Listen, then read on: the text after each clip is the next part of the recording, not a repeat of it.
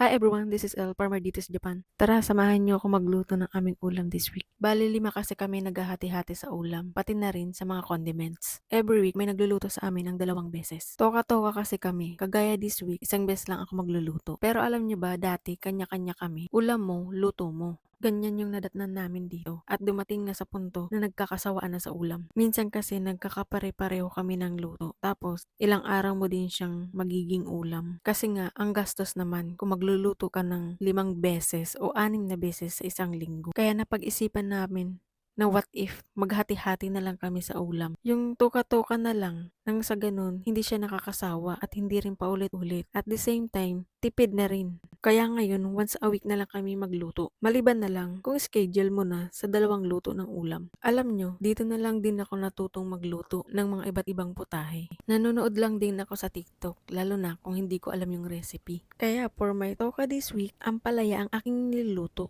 At dahil half day lang pasok namin, kinabukasan na lang ako magprito ng isda. Partner kasi yan, kapag may gulay, dapat may isda din. Mas masarap din kasi kapag bagong luto yung ulam.